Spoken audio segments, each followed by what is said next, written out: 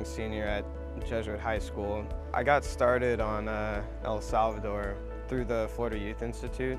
I had to do the World Food Prize essay to apply, and I wrote my essay on El Salvador and the struggle with food security and crime.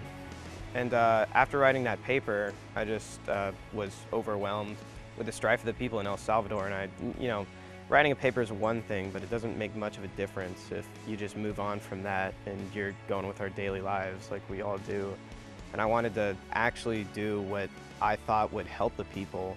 So I got involved with Food for the Poor, and we got started on fundraising for this project in Los Naranjos, El Salvador.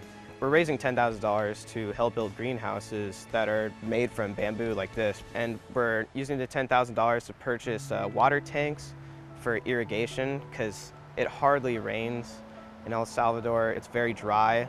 That way they can water their crops year-round. They don't have to worry about running back and forth to the local springs where they get their water from on the mountain and bringing it over. They're going to have water throughout the day, throughout the season. We're also purchasing antivirus mesh to keep out disease and pests like squash bugs, fruit flies, all those nasty things. So the weather, and especially disease and pests, are a huge detriment to their yearly output of crops.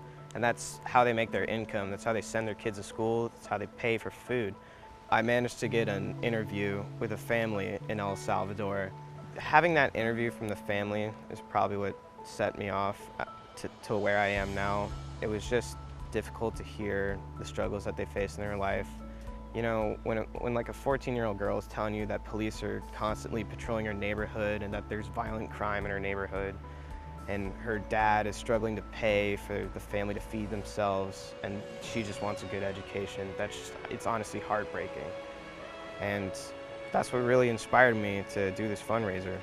It's a relatively small goal, but it's gonna make a huge difference for the lives of these people.